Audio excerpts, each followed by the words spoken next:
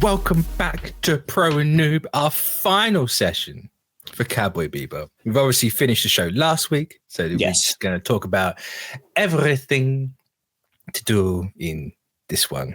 And of course, I'm joined by Jarod, the Dark Jedi, TNAP's very own. Hell yeah. Trivia loser. Not the point. Not the point today. No, it's not the point today. No. I showed up trying to invoke my most wicked wild west for you at the end of Cowboy Bebop here as I it's appreciated. Yeah, I mean I didn't know how to dress like a fucking sex pest teenager at the end of Evangelion, so white shirt. Yeah. Do you think I own a plain white shirt, Mitch? No, actually I don't. Not in the slightest. No. Do you think there is a single plain white button down hanging in my closet right now? No, I'm trying to think of what you wore to Scotty's wedding, and I can't remember if it was a white shirt or not. It was a long sleeve white shirt.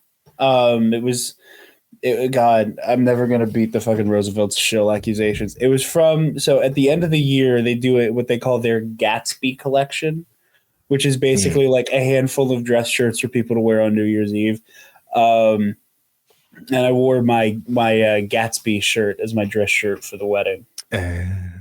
You really don't own a non-Roosevelt shirt, do you? I do. I have a couple non-Roosevelt's dress shirts. They are also print. They also have like designs and prints on them. All right, you don't just own a basic white non-Roosevelt shirt. I don't think white. I do have a black one. And it is Roosevelt's. Crazy. Madman. Are you talking like a dress shirt? I just mean a shirt. No. Short sleeve, long sleeve, buttons. I mean, I have like t-shirts. Like plain t-shirts, but like I use those as undershirts. That's fair. I do like yard work in them. Because I don't want to let them get messed up. That's fair. Anyway, speaking of messed up, Jarod will have to carry the weight of these accusations. I do have to carry that weight. Actions have consequences. I do have to carry that weight. My actions do have consequences, and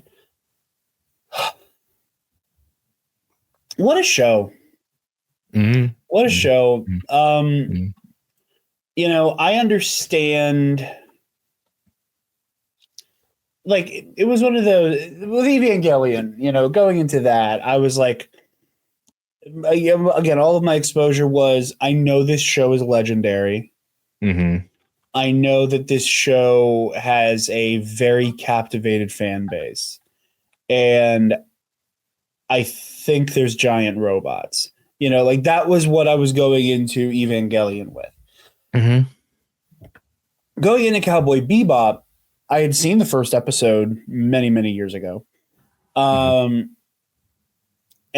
I was like, okay, I'm like, I know the theme song, you know, I know the vibe is space Western noir. And, you know, I know it's sleek and I know it's sexy and I know that, you know, I know the vibe of Spike Spiegel, you know, in the same way that, like, I've joked before, I think that people who have never seen Star Wars kind of get Darth Vader's vibe, just kind of looking at him, you know? Like, I know Spike Spiegel's vibe. I think I know the tone of this show. And I was not entirely wrong about the tone of the show. No. I just didn't know where it was heading. And when we come to the end of it all, how do I put this? I was not expecting there to be this much character study. Yeah. And when I say that, I mean a character study insofar as it's less about what will this guy make of himself and who is this guy? And I think Star Wars being kind of like my baseline for a lot of things, especially when it comes to a space Western. My expectation for Spike was that he would get better. Yeah. You know, and I think I kind of had that in my head. I had my Din Djarins and my Han Solos and my Lando Calrissians kind of in mind with Spike. And I was expecting that coming back to blow up the Death Star, turning on the Empire, going back to rescue Grogu kind of moment from Spike, where he chooses something more than this kind of empty life he's been living. And I'm kind of opening with this because this is the point of contention in the last episode, right? Yeah. Was that like, I was like, I think the finale was great, but I have a lot of mixed opinions and I don't know how to put these to words. And I felt like I kind of left the finale talk lacking because of that. But I think I went in expecting Spike to make good on something. And that's fair. I think that I was so focused on development for him. Pardon me, yawning. I was sort of focused on development for him and like him having a turning point moment that like I think I was not appreciating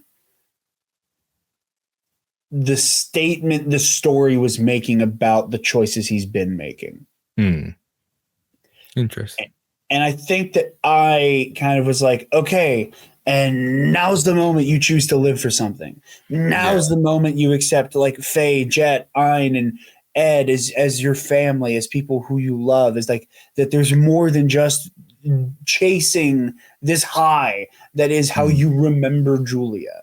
You know, like waiting for him to have these aha moments. And the point, and I was wanting that and waiting for that for so long, for so hard, that I don't think I fully appreciated the fact that the whole point is he doesn't fucking want it. Yeah. I mentioned it a few times, but existential boredom is Spike's entire character. This man doesn't want to, just straight up unalive himself, but he's just waiting for something to do it for him. The entire show. And you see it a little bit, like there's the occasional times like the episode with the original owner of the swordfish. Yeah. And he's just that whatever happens moment. And he's falling down, like he's genuinely happy in that moment. No. And I remember being so taken aback by that. I remember like, because up to this point, Spike never felt like this like Malthusian guy, you know? He never felt so apathetic to his own existence. You know, like there was the, and I think part of it is trope. I think part of it is preconceived notion on my part of certain tropes. But like when I see this guy and I see him being like, yeah, it's whatever, like it's meant to bury actually it's everything to me that is hiding and screaming underneath. You know, it is meant to show a change from apathy to incredible care. You know, and again, and then that's where my brain is. And I'm when he's like, oh, whatever happens, happens. I was like, who the fuck? What? Whoa. Like, that's A, there are people who care about you. B, like, it's not just you, motherfucker. There are other people in this shuttle who, if you die, they're dying with you. And that shocked me as well. And yeah, I do like the whole existential boredom thing. You know, again, like I said, I do stand by what I said as kind of like my final like attempt at a thesis last week, where I was like, I think the final calculus is that Spike is the only person in the show who fails this test. Yeah. You know, I do see it as a fail state for him. because he did have so much to live for. And he had, he had Faye and Jet in their own ways.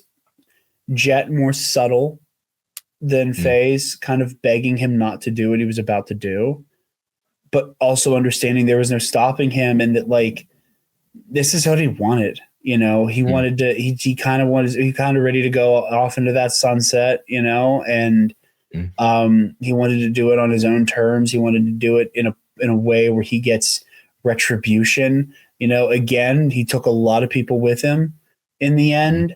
All of those Red Dragon henchmen, Shin, which, again, those are one of those situations where like they're the people who get hurt by this specific act, that like I also kind of like waggle my finger at Spike for, is that like, what did Shin do? What was his role in this?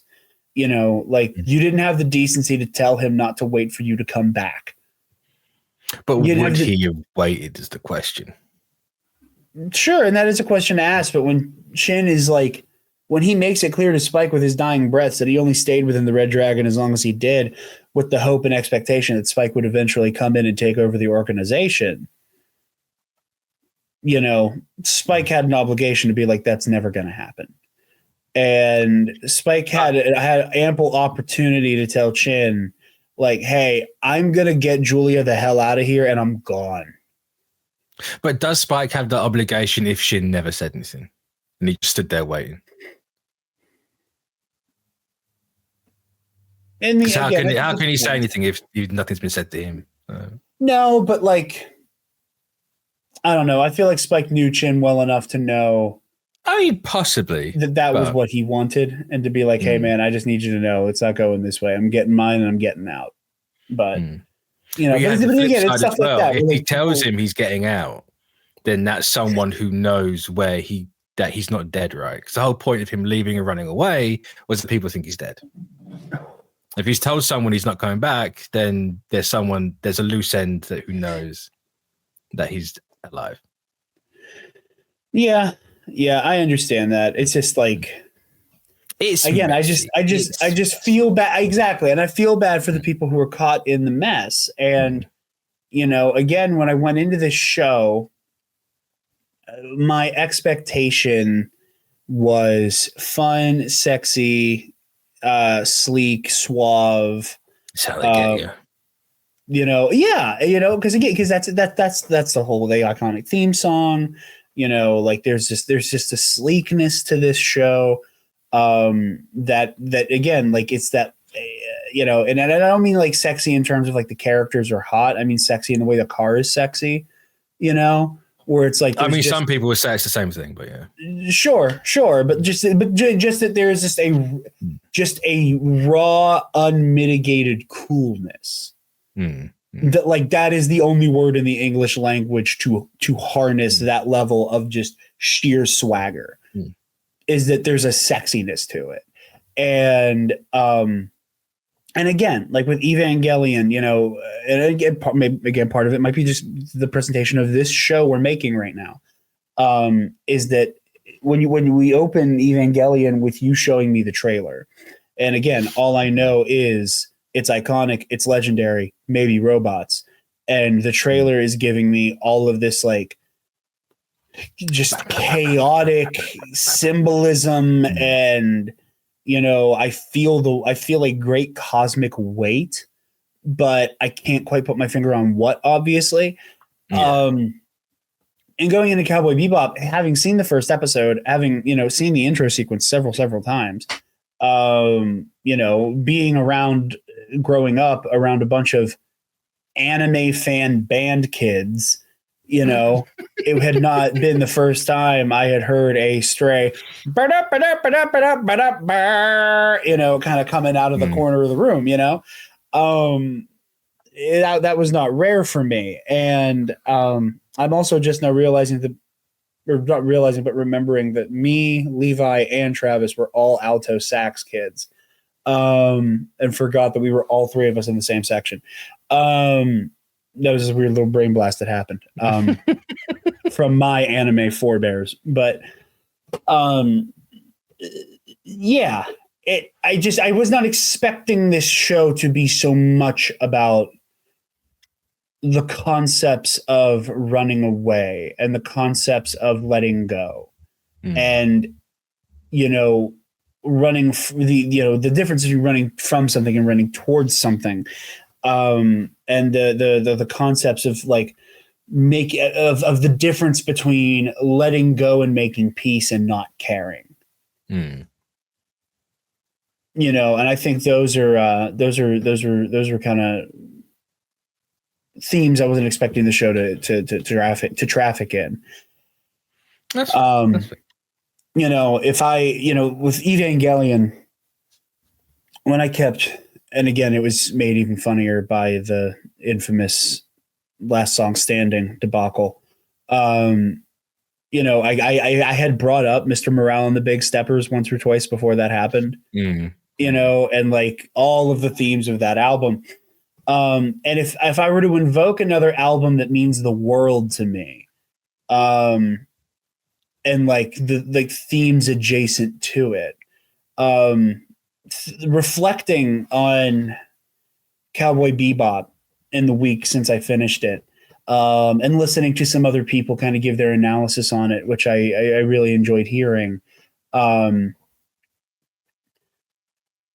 I kind of come away from it, and I'm very much thinking about Childish Gambino's Because the Internet. Interesting. And I'm on the record of saying that might be one of, if not my favorite album of all time. Yeah. Because it's like, it is, very similarly to Cowboy Bebop. If Cowboy Bebop is a TV show that's structured like an album because of the sessions, again, I was like, maybe it's a jam session, maybe it's a therapy session, and like those, it's that kind of playing with that nomenclature, and maybe these it will be revealed to kind of be the same thing. And and I think there's still an element to looking at the sessions like that. It's possibly, yeah. I think that the therapy one holds more water if it arrives at a more positive conclusion by the end for the main character. I say, if Faye and Ed stayed, and Ein, obviously, I think, yeah, the therapy might have been spot on. But the fact that Faye, Ed, and Ein all leave these two grown men to grief eat 1,000 eggs. Which probably the saddest scene in the entire show. It's just like, wow. It is so just devoid of joy for a moment. And then you see the little Ed's pinwheel on the front of the ship. Which I love. And again, a part of me felt like that was a portent of things to come, that there was almost this sense of like wonder and whimsy that like these guys would find by the end. And that was like shown by the pinwheel, is that like, that it is at the tip of the ship, on the nose, that it's like, yeah, like, look at how bleak things look right now, but there is wonder and whimsy on the horizon if these guys are willing to take it. And I was wrong. That's what I thought that was symbolizing, and I was wrong. I mean, it can be both. It can be that is exactly what it is. Just one just wasn't willing to take it. Yeah, absolutely. One of them just lost one too many people. Yeah, and with the Because the Internet comparison, for those who aren't aware, Because the Internet, Childish Gambino's second studio album, it is an album, but it is also a soundtrack to a movie that doesn't technically exist. And to fully appreciate the narrative of the album, you are meant to read a screenplay as you listen to it. Yeah, that's interesting. And it has like cues in the screenplay with when you are supposed to play certain songs. There are even songs in the screenplay that it's like, play this, even though it's not on the album. It's like, here's a completely different song that has nothing to do with Gambino, but like this is important to the narrative. So like that element of like, Cowboy Bebop is a show kind of about a poem, a song, the song of the Cowboy Bebop. and like, because the internet is the soundtrack to a film that doesn't exist. There's a lot there. But a lot of because the internet explores these themes of identity and personhood and, who are you when you pull back layer upon layer of persona upon persona to eventually reveal who you actually are.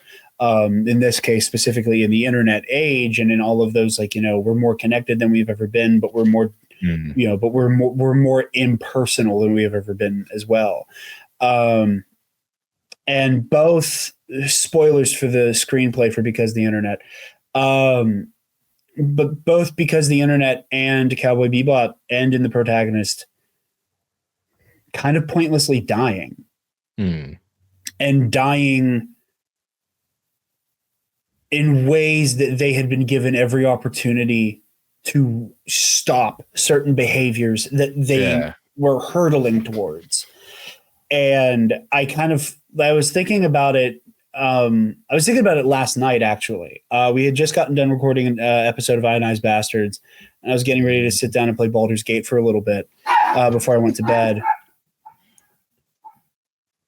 Thank you, Naya. I was going to sit down and play Baldur's Gate for a little bit. And I was just like scrolling through YouTube. I was finishing listening to Star Wars Explains review of the last 3 episodes of Andor, and a video essay about Kendrick Lamar's Damn came up. Also, one of my favorite albums of all time.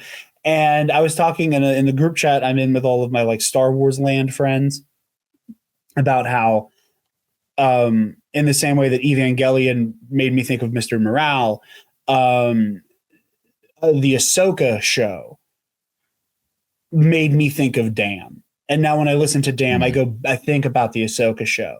And I'm not going to get into like the thematic analysis there because that's not the point. But like it kind of got me on that, like, like what other like pieces of media do I have a moment where like thematically, like I feel like this is kind of a wildly unintentional companion. And that kind of got me on the thought process of like, what did Cowboy Bebop make me feel like? Yeah. And I very quickly went, it's because the internet. And and it's those ideas. If anything I've said interests anybody, listen to the album and then go listen to the season of Dissect about Because the Internet, because it's the best analysis of that album out there. But yeah, I've been yapping for a minute, Mitch. Thursday night, I tell you. It's gonna be my Thursday. It's gonna be my Thursday night, I tell you. Because we're recording this on the Thursday. So yeah, I mean, it's a whole season about BTI. Like it's like a song an episode. I highly recommend it. It's just long, but that's fine. Don't mind a bit of long. Long's good. Yes, I don't like short stuff. Agreed. Who does? Who does like short stuff? I don't know. All these TikTok kids. Short people get fucked. No. But yeah, I've been yapping for a minute, Mitch. What's your right now? I love Bebop. I adore Bebop. It's again one of those where you don't get it when you're a kid. There's no way you can. There's something there. It's that I don't get it, but I feel it. Vibe, the whole thing. It was just cool as a kid. But as you get older, you're like, you know what? I kind of get it. Starting to get it. I feel like Bebop, similar to Evangelion, is a great show for people to like patently not understand. Oh, 100%, yeah. And take the 100%, yeah. 100%. Yeah. And again, maybe it's because I'm like hypersensitive to stuff like that. Oh, really? Of, kind of recognizing when people don't get the things that they like. We're learning new things about Jarod every day. Yeah. Right. Who'd have guessed that one? Yeah, right. But I can imagine watching Evangelion and Cowboy Bebop when you're like 14 or 15, maybe even 16, 17. And like taking away from it that like the existential dread is cool. I wouldn't have even clocked that at that age. You know, I know. Well, like, but yeah, I know. It's like, yeah, this guy just doesn't care. He doesn't, he lives at Dodger. He's cool, man. Spike's just cool. But yeah, no, for sure. He shoots. He's just cool. And that's what I mean. Cool, and like not appreciating his stoicism. You know, that it's a bad stoicism on purpose. 100%, yeah. You know, that like because you know, I remember when I was a teenager, as much as I like to think that I've always been pretty media literate, you know, I think there is a level of like, not to be the friend who's too woke.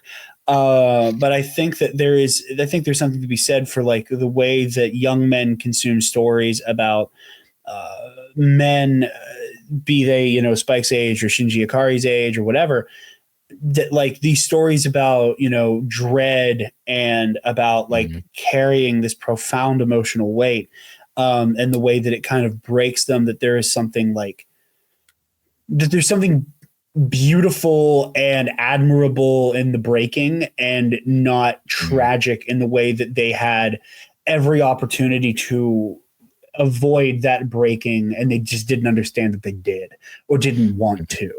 And you know, I know like stories that kind of had this like bleak kind of ending similar to Bebop, you know, being things I was like, oh man, that's so fucking cool, it's so goddamn awesome, you know, like hell, like I remember watching Only God Forgives because, you know, I was like, because Chris Stuckman said it was one of his favorite movies, and I was like, oh, I'll give this a shot. You know, I'll make myself sound all complex and, you know, be wise beyond my years as a movie guy, by watching this weird ass goddamn movie, and just how bleak it is, and just how bleak that movie is, and you know that it's like it's violent and it has, you know, acts of retributive violence, and it doesn't, you know, it's not a happy movie, and thinking that like the unhappiness is the point and what makes it cool.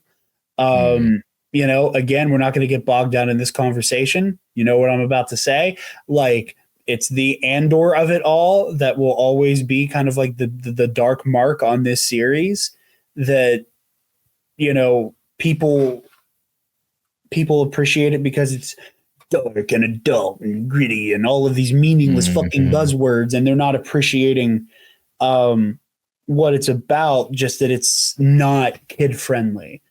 And I can see how a show like this could fall into that trap very easily. 100%, yeah. Or let me rephrase that. I can see how a viewer of this show could fall into that trap. Because the show does go to great lengths, but it's also a, you know, testament to how animation the world over is not just fucking cartoons. In the words of Tony Gilroy, fucking cartoons. For you know, the kiddos, is that there is a lot of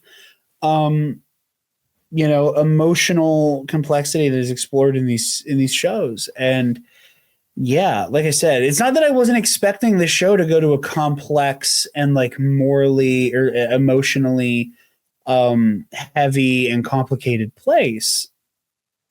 I just didn't expect it to be this place, you know? That's fair. But I will say it's a running theme of like the late 80s, 90s anime trend. Very common theme. Not to just blow everything else out of the water, but they all deal in similar pools and similar lanes. And they all do it vastly differently as well. Like your Avas and your Bebops, your Akiras, your Ghosts in the Shells. There's all a similar thread there. It's just wildly different how they explore it. Yeah. Yeah. And I mean, you know, I don't know if we were joking about it on air or not, but I was like, you know, I'm ready to go. I'm ready for our eventual My Hero coverage. Just that was last week, yeah. I didn't remember if it was in the episode or not. Whenever we were joking about that. Spoilers for everyone watching. No one knows because I've only just downloaded it from the file you sent me. I know. That email was just sitting open for days, and I thought I hit send. Nice. But if it is in the edit, you'll know. If it is in the edit, you'll know. But like I also like. I just and as I said then, we're getting to fun. Don't worry. I'm looking forward to fun. It's and again, it's not to say that like I can't handle this stuff. I just the stories I love, the stories I gravitate to are that hero's journey. They do have that, people putting on a brave face, when You will staring down. I'm going to not spoil what we're watching next. You will have a hero's journey. I promise you. I absolutely promise you. I haven't been able to pump my fist and go, yeah, for almost the entirety of doing Pro and Noob, and the Tartakovsky Clone Wars doesn't count. No. Because it's straight up Star Wars. So if I'm not pumping my fist, then I've been replaced by a fucking alien. Do you make lightsaber noises when you do it? I don't. No. I don't need to, because the show's doing the lightsaber noises. That's the other thing I'm looking forward to, is doing Star Wars Visions. So I'm like, come back home for me a little bit. Yes, Visions will be next year. We will get through all that. Isn't it Ninth Jedi they're making a series of? I always forget. Yeah, Ninth Jedi. I always think Ninth Jedi, Village Bride, and The Duel are all getting follow-ups in Volume 3, and then Ninth Jedi is getting a full miniseries. Should have been the twins. But yeah, no, I think this show is beautiful. I think it is. Like I said, it went to places I wasn't anticipating, and I commend it for that. It's very compelling. It's cool. It's sleek. I was just really surprised by it, because again, with Evangelion, like there was just such a weight to just that trailer that already made me feel like this oppressive sense of existentialism. But the reputation of Cowboy Bebop isn't that. It is spaceships were smoking guns, cowboys in space, and it's like not what I really like the idea of it, that people are like that with Bebop, because no one wants to spoil how it ends and where it goes. I respect that. I respect the hell out of that. Not that I believe that's actually the case, because pessimistic, but I really like the idea that that's why. Obviously, the intro and the outro are always going to be what they are, because it's just that good. But I like the idea people are like, no, it's this because of that. Like, keep the integrity of this show going. Yeah. Like, even Evangelion doesn't have that, right? Because everyone fucking knows Giant God Ray. I didn't. You didn't, sure. But now I do. Now I have a shirt where Giant God Ray is Garfield. Grayfield. No. Yeah. Evan Garfieldian or whatever it says. But yeah, no. I'm trying to think if there's any other like big picture things, because I had my like aha moment of like, this is what I need to say about this show. Yeah. And I kind of got that out. But yeah, I love this. Thank you again. I want to give you a nice soft lowball question. Please. If you had to pick one episode to encapsulate the whole show. No. Well, you can answer that one if you want. Just the standard, like, what's your favorite episode? Let me look at the list. Because I think it's really hard to pick one out.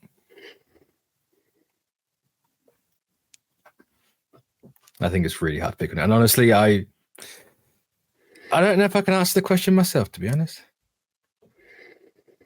But I'm going to look at the episodes too. Because I really like Brain Scratch. Brain Scratch is fun. I like obviously Perry Cult, so that's gonna have that's good. That's gonna go do numbers for me.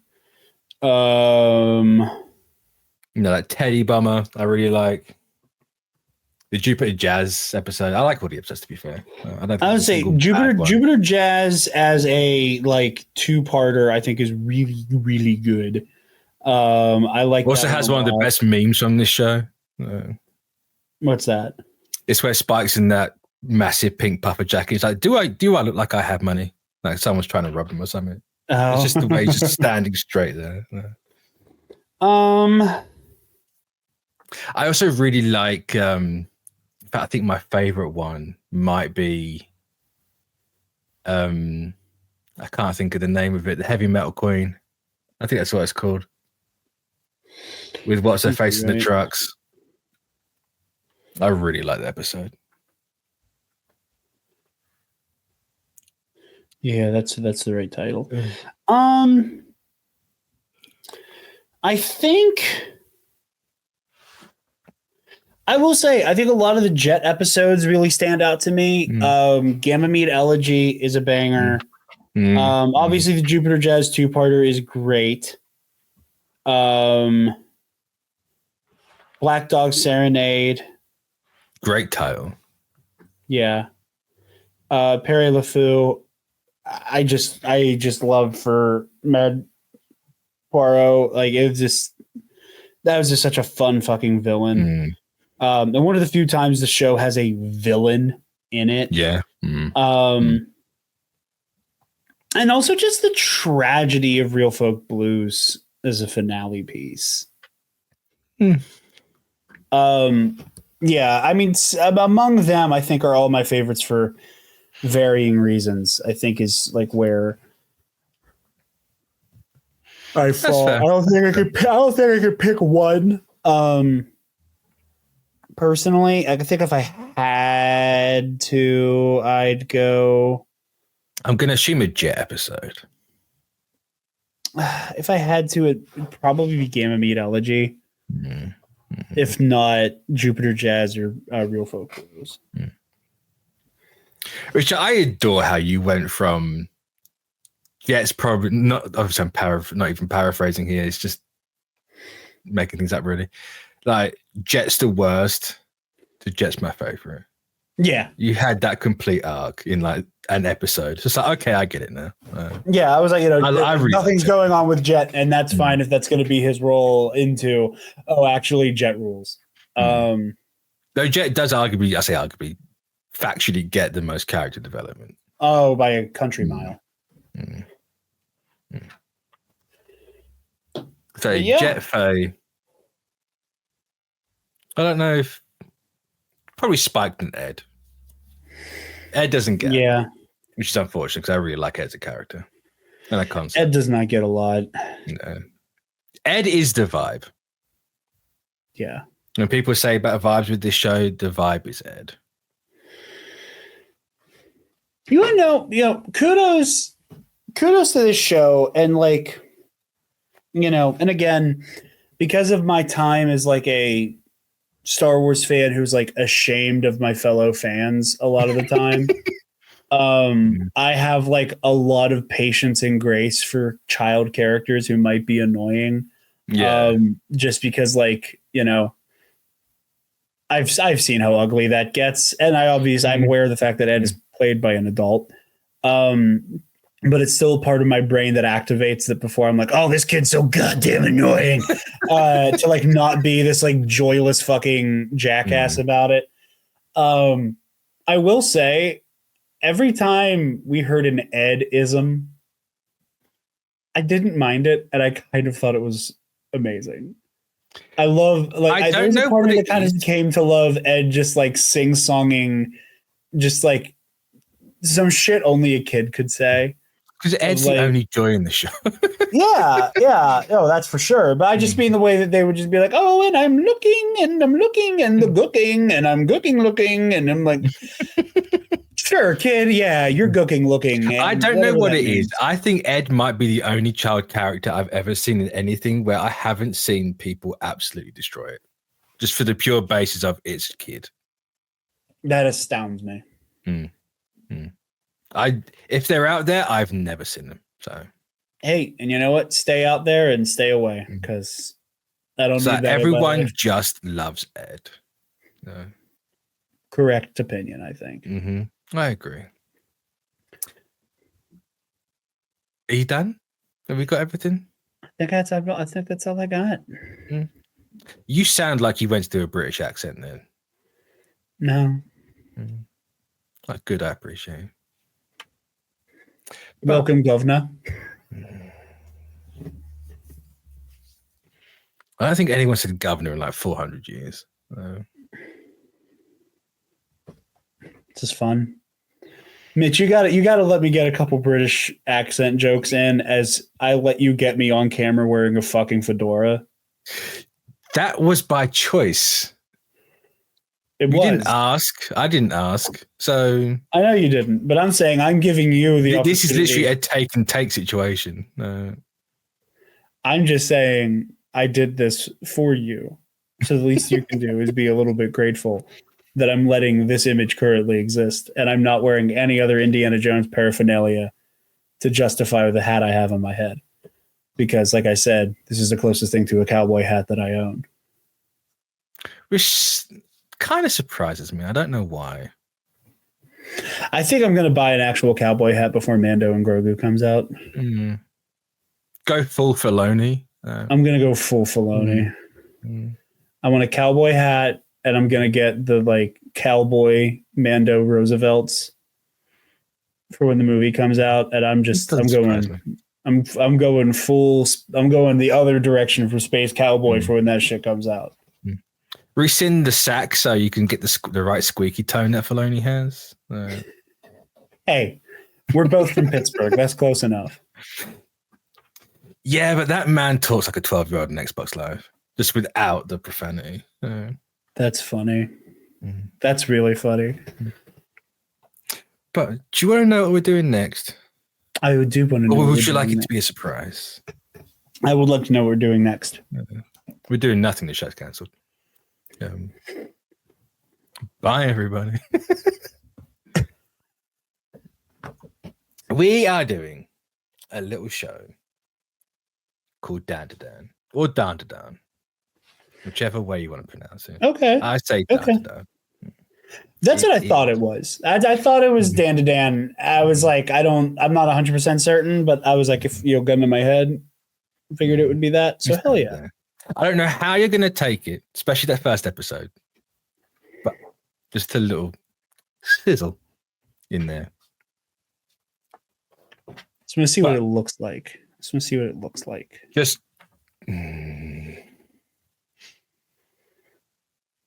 okay. I'll let you see what it looks like. Yeah. Okay. That is a wild looking fucking thing. I don't know what you're looking at, and it's concerning me. I'm looking at I assume, blonde man with red eyes with a giant toothy mask on. Share screen quickly, because I should know what you're talking about, but I'm very much blanking on what.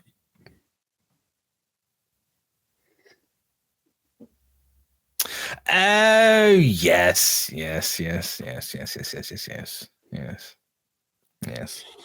So we shall see. We shall see indeed.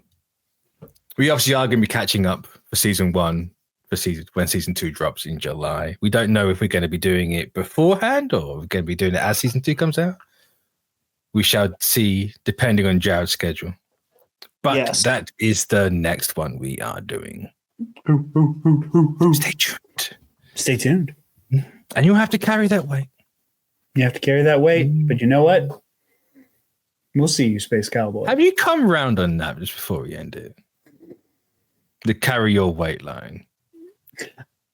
I like it as a final statement of the show. I like it as a final thesis statement. I maintain some of what I said about how it feels a little grim after seeing Spike very much buckle under the weight. Which is interesting.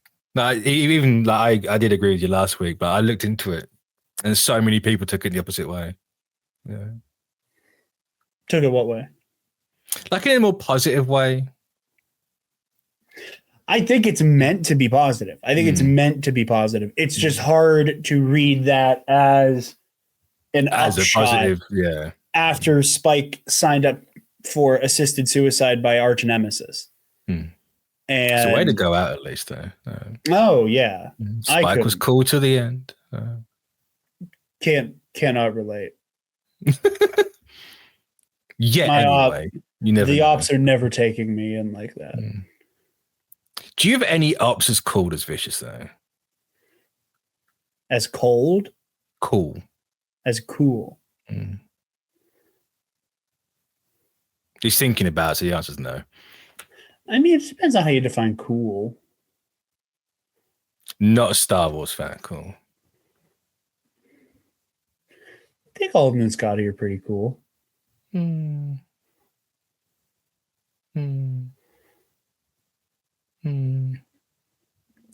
mean, listen, if I'm going to go out like Spike, I'd rather it be Paul Stanley than Alden.